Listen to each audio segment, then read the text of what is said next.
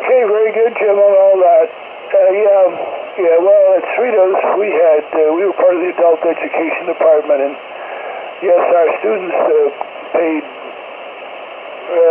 $35 for our courses, but that was for an entire course, so it just, it wasn't just one event.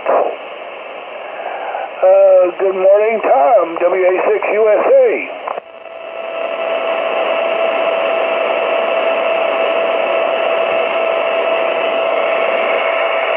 Tom. Gary is down at the hangar, so Gary called in on the telephone to check in early, so he won't be on the radio, and maybe this evening on sideband. Maybe he'll get on then. Let's go to Terry. Good morning, Terry, KF6RNT.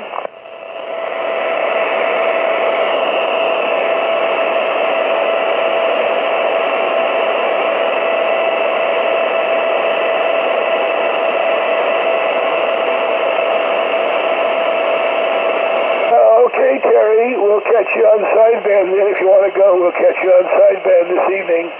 You're also weak and noisy, but I do understand. So we'll call you on the second round in case you are there. But if you want to take off, get out and use this nice cool morning, go right ahead. Let's go to Don, the K6DLP. Hey, good morning, everybody. Don over here in Riverside, K6DLP, definitely checking in. Nice, cool morning. I just gotta love it. Yes, it definitely is a good change. So, how's the mobile working? I was listening to you and, I think he's in Riverside. What's his name? Yesterday, I think it was. Anyway. I was driving down, I believe this 60 freeway down by the 15. You both guys sounded real good. So apparently it's working real good. All right. Well, Don's got his TS480 HX in the car now, so he's on 160 through 6-meter mobile, especially on 59.300 FM. Let me go on to Gary, W6RYO. Yep, I'm here. Caught me on the other side of the room and I tripped when I was coming over to the radio. What can you say? Gary, W6RYO here. Not much going on. Not much to report on 630 meters yet. I've got about a dozen stations that hear my whisper signal, and the farthest is about 1,000 miles up in Seattle. And I went ahead and put pictures of my antenna and the way the station's set up on my QRZ.com page, so if anybody wants to see it. But it's going to be another month or two before I can do anything exciting, but still no two-way contact, but they're hearing me and I'm hearing them, so I'll have to get that set up. Other than that, just a nice day. Going to sit around and plan to do pretty much nothing, although I'm sure something will come up that decides it wants me to do it. Anyway, good morning to everybody, and I'll be listening. W6R. Question for Gary. Yes? How many dB above the noise level? Does the whisper show that? Oh yeah. Most everybody's hearing me between -25 and about -32. All right. Well, kilowatt amplifier will fix that. Yeah, I'm hearing everybody about that too. There's nobody real close, but once the winter gets up, we got longer nights. We should be good. Yeah, you're using a loop antenna. Yeah. In fact, look at QRZ. I've got it outlined. It's about a 250-foot total length loop. Unfortunately, the only place I can put it in the yard is north-south, and that means it's going to have its nulls are going to be east-west pretty much. But go play with it. You take a look there. It's about 250 feet in the loop. All right. Well, I'll talk to you on Wednesday. Okay, that sounds good. So anyway, we'll see where it goes. W6RYO. Okay, Gary, real good on the all the long wave experiments there. Steve, AI6IE. A60D, AI6IE. Good morning, Will and Nanette. Steve here in Altaloma. A couple of things. One, Will, on next go-round, I guess it looks like there was a fire pretty close to you up in Sycamore Canyon yesterday. I saw some stuff on Facebook on it. I've been doing Monday, Thursday CW Ops training. It's a great program, but with one trainer, there's only 4 of the people in that class, so everybody seems to be about the same place, somewhere between 20 and 25 words a minute, so it's challenging. I'm spending, 3 or 4 15-minute sessions every day training, and beyond the actual class, Monday, Thursday class, meets through something called Zoom. It's sort of like a Skype program where it's like video conferencing, and everybody has their keys and some sort of keyer. In my case, I just use the 7300 and crank the volume up, and then then you can listen through the PC mic. So that's about, I think we're 3 classes into that. So that's been keeping me busy with radio stuff. And I have the numbers. Will, next time if Jim's not around, I'll give the numbers next go round. So back to you. A60D, AI6IE. Okay, Steve. Very good on your code and how you guys are running your class there. Very excellent. Well, I've been working on the Kenwood commercial transceivers, the TK630s. We had tuned them up on the 6 meters first, and I have 4 working versions, and then the Tom USA has the 5th. So out of the ones we had, a couple are never going to function. But we have 5 functioning radios all total. And Robert, 86XJ, blew some programs from Paul, MIP, KP6 MIP. He wrote a fairly, he put about 100 channels into the software, maybe more, but at least 100. And so Robert blew the EEPROMs for me, because these radios as they come are 32 channels, but if you change out the EEPROMs, you got to do one in the control head, one in the radio, then you got this god-awful micro-miniature service mount resistors, 2 of them, one in the control head and one in the radio you have to remove. And it is a pain to remove without shorting out the entire universe. But I've been successful. I've removed all of them and all 5 radios, and put in the EEPROMs now.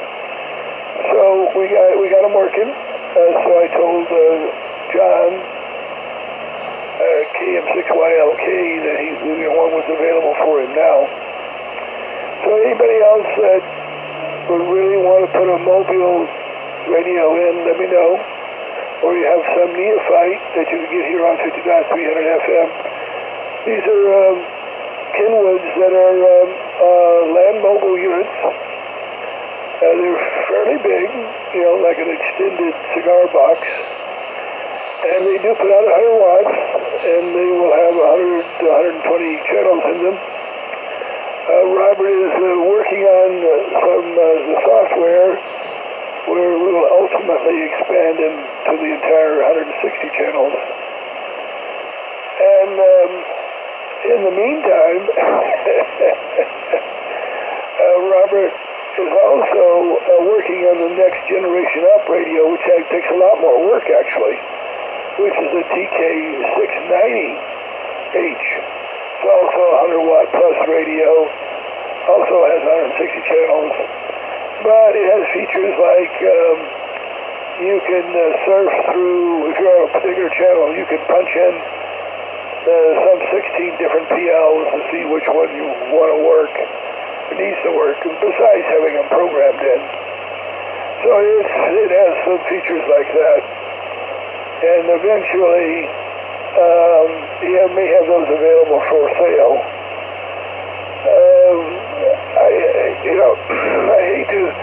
I estimate that it'll probably be about $140 a piece, totally programmed up with 160 channels, with microphone and control head and cable. Right now,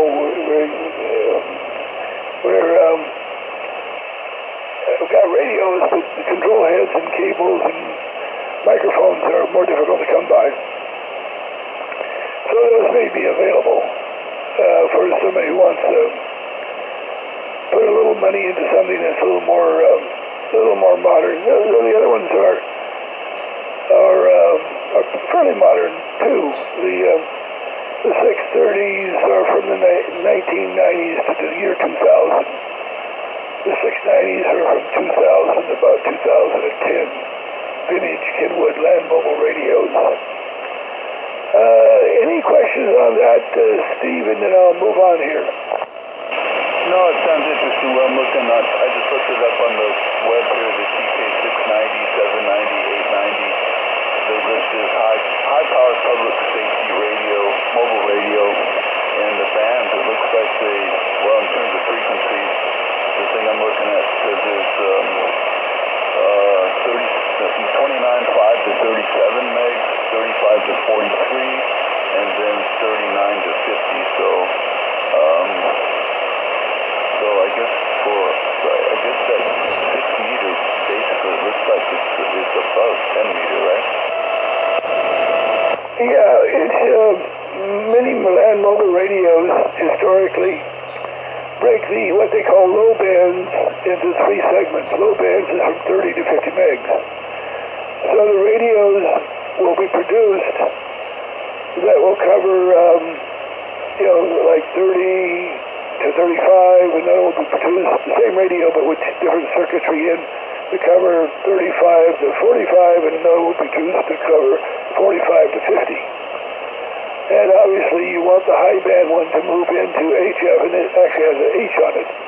So technically the radios we're modifying are the TS630H or the TS690H. So they're the high band version of the segment.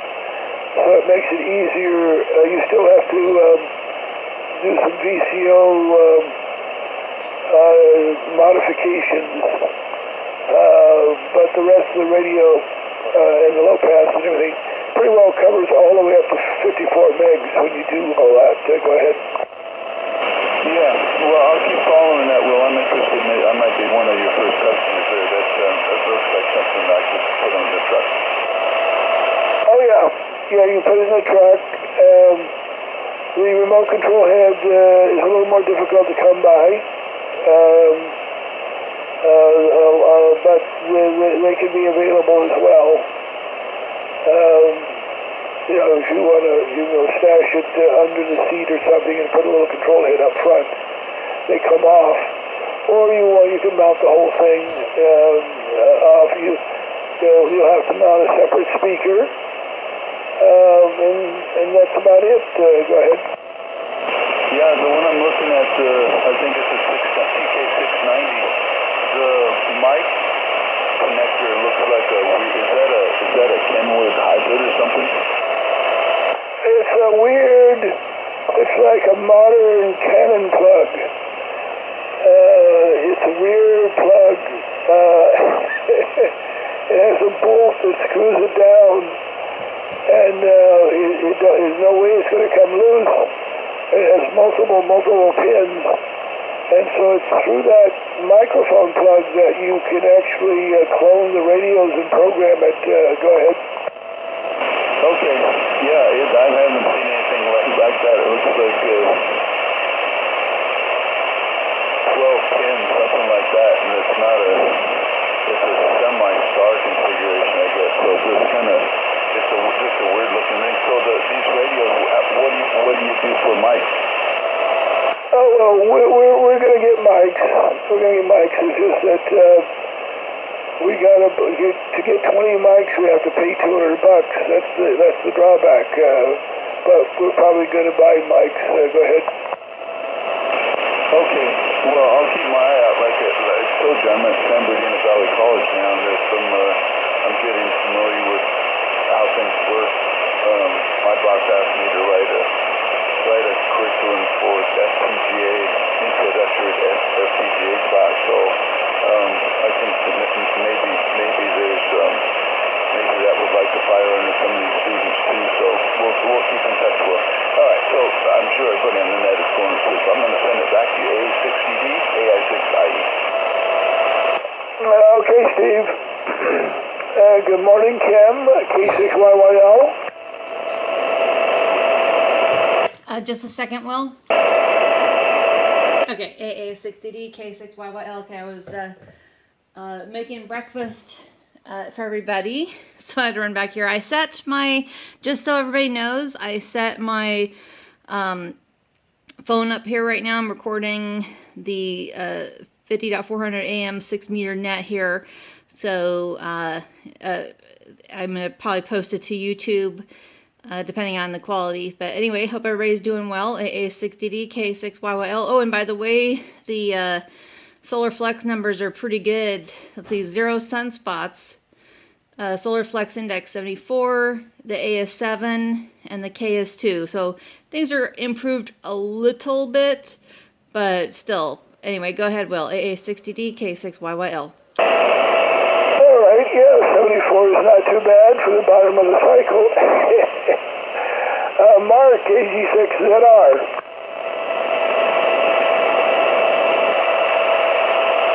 All right, let's go to John, KM6YLK.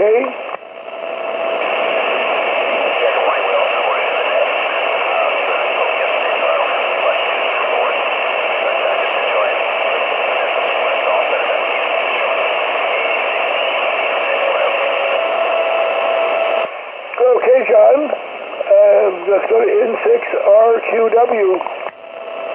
Yeah, good morning, Nat. This is N6RQW over in Riverside. And Kim, I seen your YouTube, you posted a couple YouTube clips yesterday. I seen those because I'm one of your subscribers, so I had to see what it was about. And I'm glad to, 40 meters, you were having fun on 40 yesterday. But I've been playing around with SDRs, and of course I'm trying to work DX stations, and occasionally you have to work down on 40 to get out of the safe.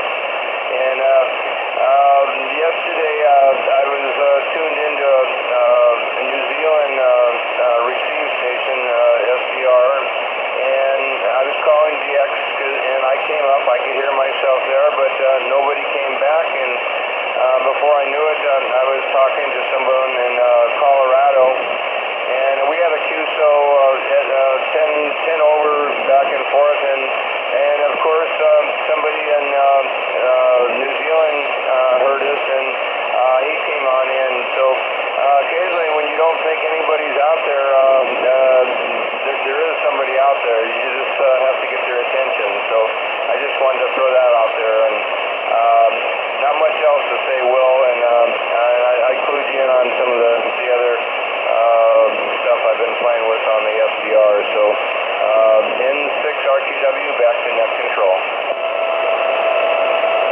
Okay, very good, John. Let's see if Pat is there, W6PMD.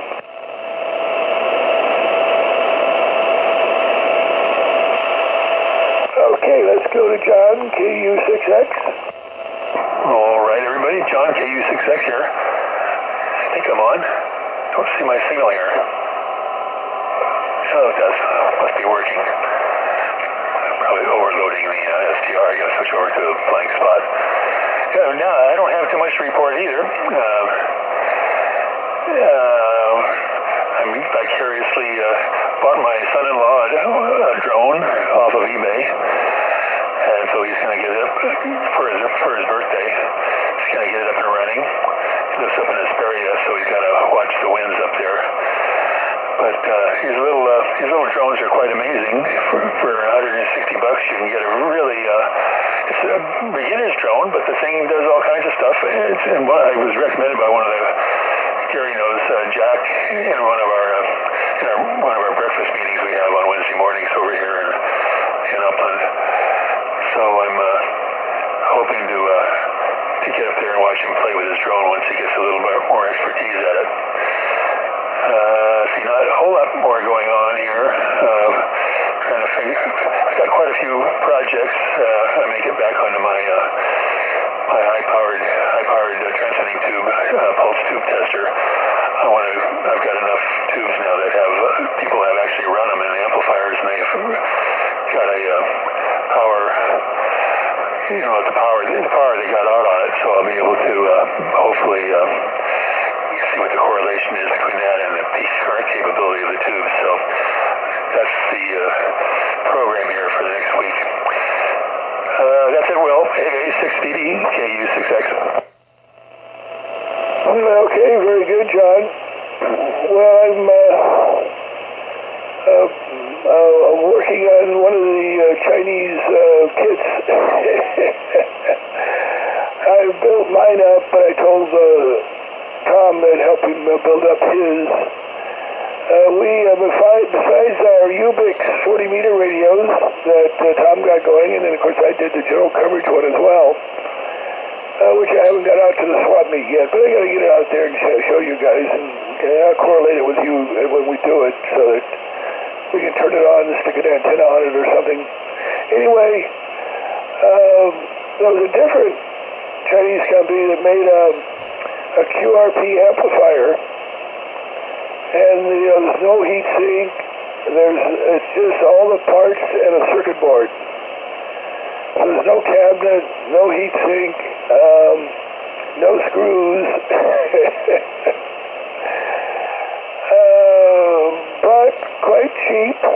I think it was, don't quote me, but I think it was around $60 or so total. And it takes 5 watts up to 50 watts or 7 watts up to 70 watts, something in that category. And I did build one, and I used it to dry. I used the Ubix 40 meters, so I actually had about 70 watts coming out on 40 meters. So that's what I'm doing, is building up the Tom's version now, because it's fairly complicated. There's no instructions. You have to be an engineer or a prototype engineer to put it together.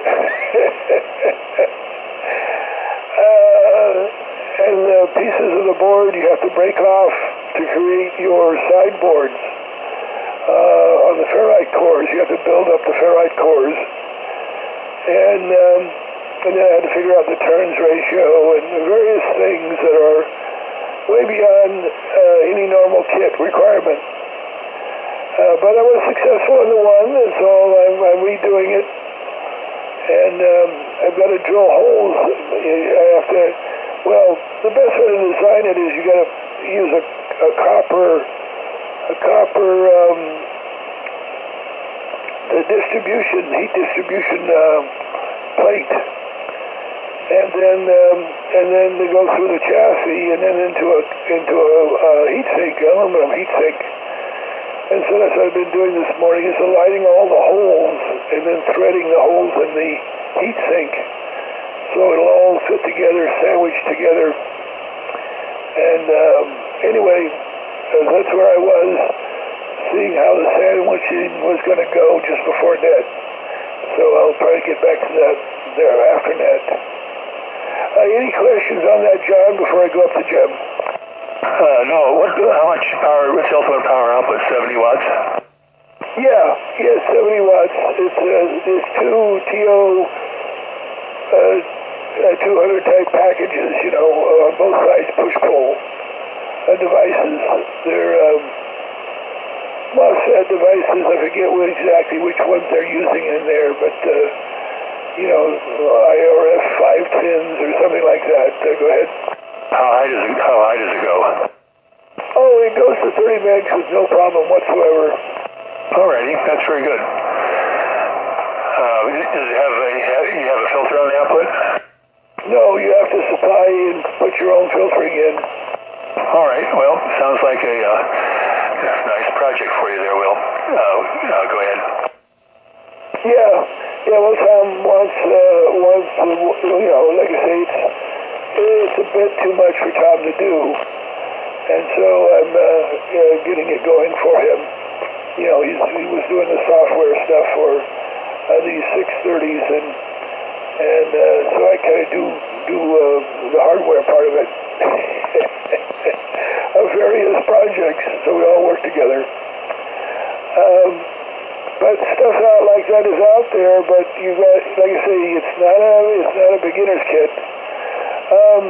Jim, if you're listening, there is one kit, but it'll probably be beyond what you'd like to do.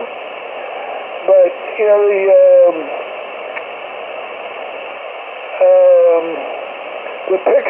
the Pixie, the Chinese Pixie kits can be bought for about $3.50, and they're under $5. It's like a 40-meter CW transceiver, and it crystals all the components, the circuit board. Here again, you have to come up with some sort of tuna can to put it in, some sort of cabinet of any sort to put them in. But what's amazing is for the price,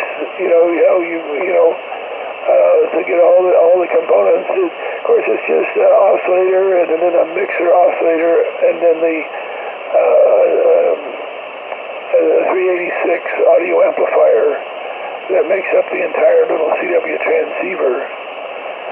But it's a lot of learning, and it does take a while to build it, especially for a neophyte.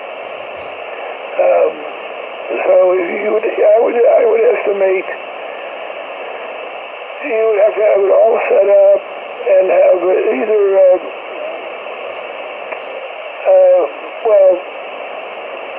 it would have to be broken into a couple of sessions, or one, if you did have a 2 to 3 hour session, it could all be done. Most students could do it in 2 hours, but some might take as much as 3 in order to rework whatever they were doing to get it going. So that makes it quite a project. But the other thing is, there's a well-kept secret in ham radio that we've never told anybody. We deny it's true, and that is all the ham bands are also Part 15. In fact, the entire spectrum everywhere, almost without exception, is Part 15. So that means if you actually build something like that, somebody can actually use it because it ain't putting out, 50 milliwatts.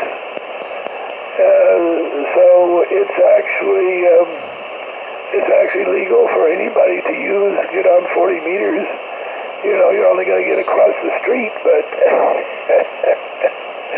but there you go. WA6USA. Let's see if Tom has showed up yet. Are you out there, Tom? I'm supposed to meet with him for this evening for lunch, for supper. All right, Jim, WA6YOS. We'll go around again.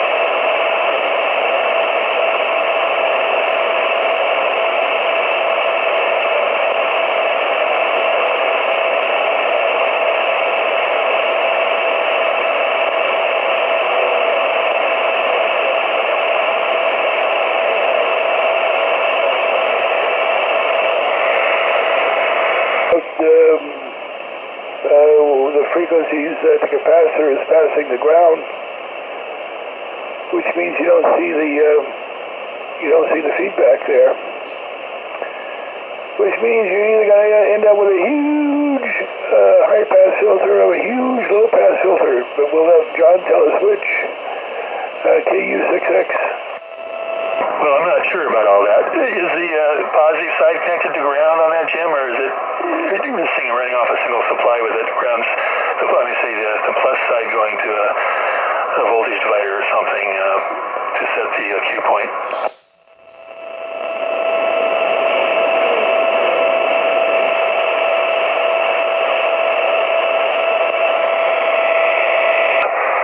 I guess you call it an infrasonic filter to keep a turntable rumble or something like that.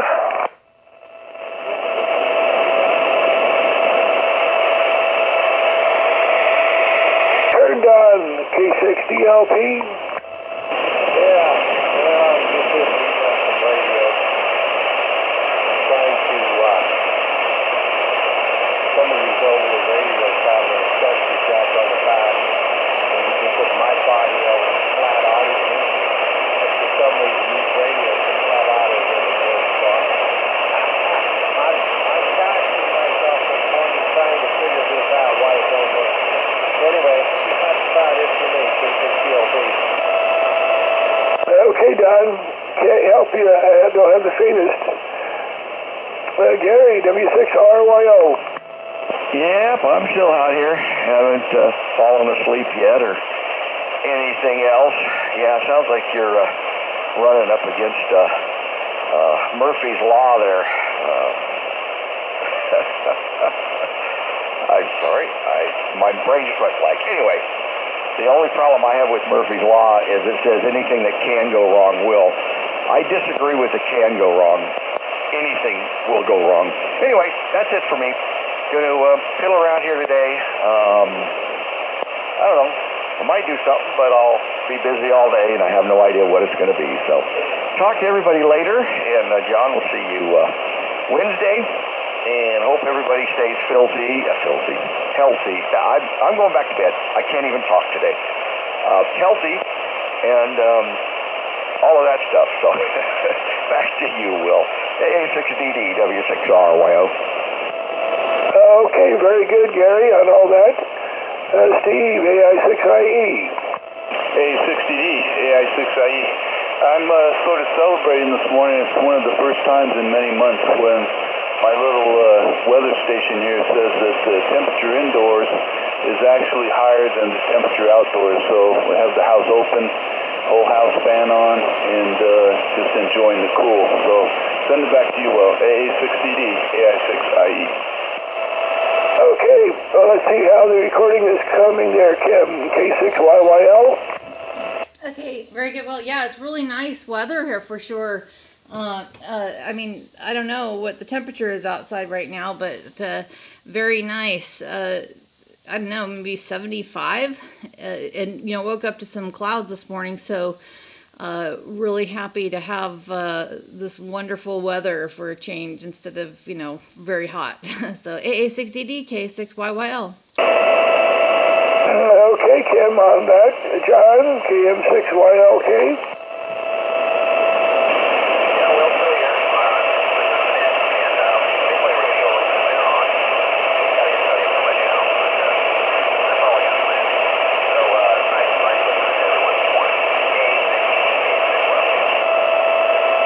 Okay, John.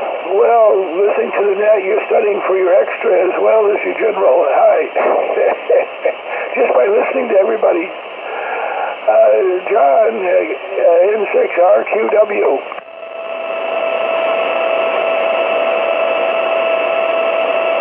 Sounds like he's gone. Let's go to John to tie the ribbons then. KU6X. All right, everybody.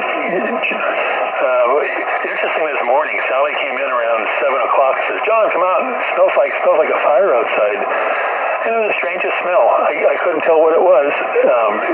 Semi-electrical smell. So I searched in the ham shack and went all around trying to find out if it was coming from our house or not. and was strong in both the front and backyard. But then about 5 minutes it went away, and I think just some cloud of somebody's electronic experimentation. I don't know what it was, but it was a very strange thing. I was almost ready to call the fire department. It smelled so strong, but could not identify the source, and it disappeared pretty quickly. So one of those unexplained phenomenon, I guess.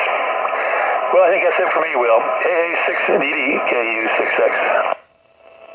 All right, do we have any late missed visitor check-ins? Call signs, please.